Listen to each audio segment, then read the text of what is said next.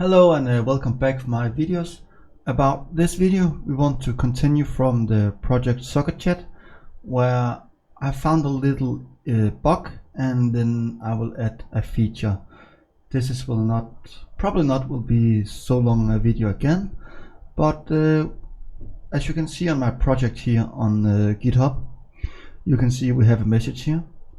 It's broadcasting to every room. The bug is if you're going for members chat room, and I have a second chat here, and I say hello world, then you can see everything here should be,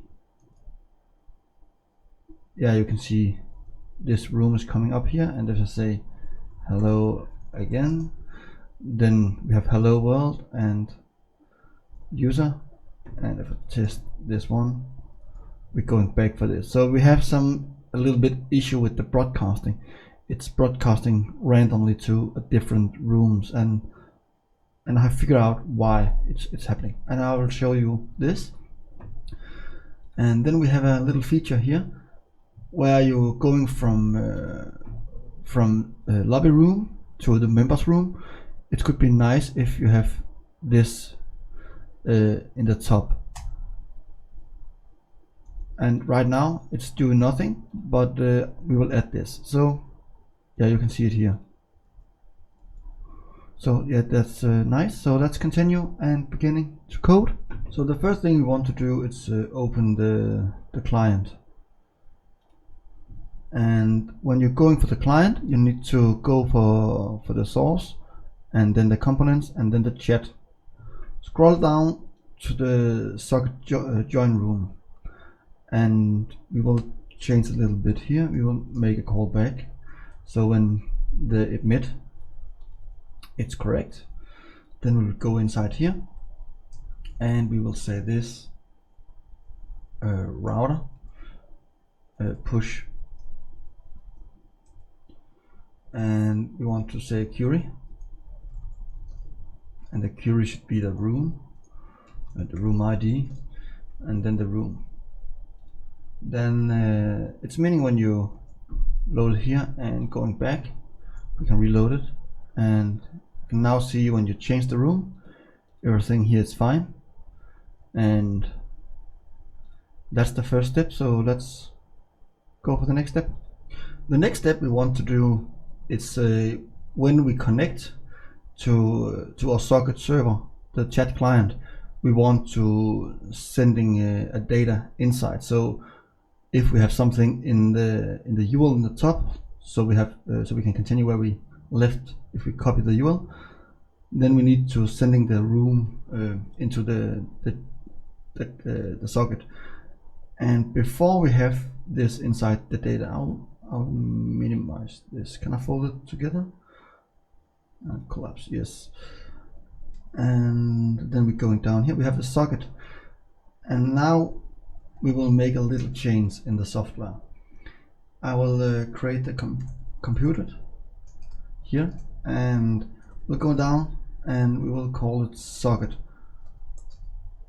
And what we do here is just we override this function and return it in here, and then we want to say params inside and query, and we want to make a query up here,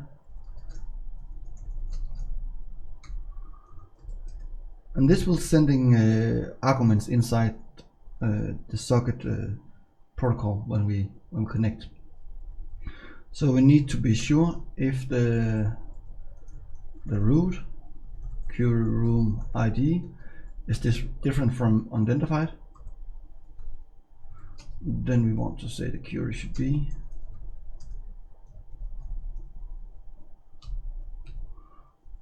need to send the room inside, room inside, and then we copy this, and that's basic what we want to change in the client.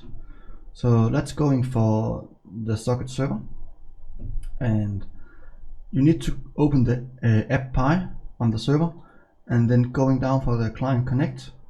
It's in the connect socket IO, and then we want to print out so we can see what's happening. Let's say this one, print request, and then we need to print out the arguments.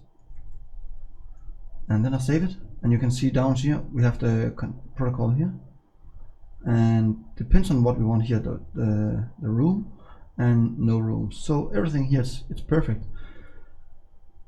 and we already here have a lot of stuff. So a reload here, we're still coming down here, and we can go down. So this client should be on the members chat room, and this should be on the lobby chat room when we're done. Let's jump it back for the editor. When we are going for the editor, we only need to change a little bit here. We need to say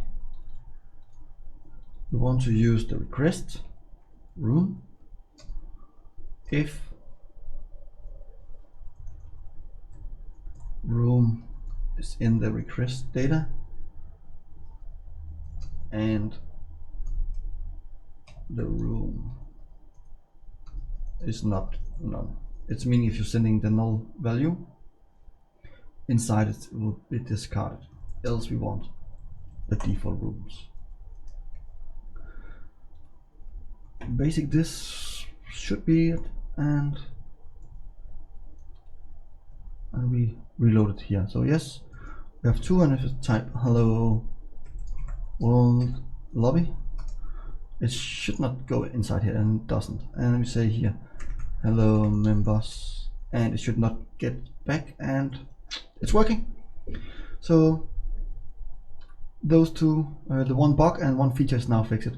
Thank you so much for watching, and remember, this code can be downloaded completely free on my GitHub project page, and you can follow me on GitHub, and of course I hope you want to follow me here on YouTube, and the links will be in the description below, and I hope you want to fill out the comments if you have any questions about this video or you have some request for this software. Thank you so much, and I hope you want to press the like button and share it with your friends and put it to your playlist. Thank you so much. Hope to see you next time. Bye.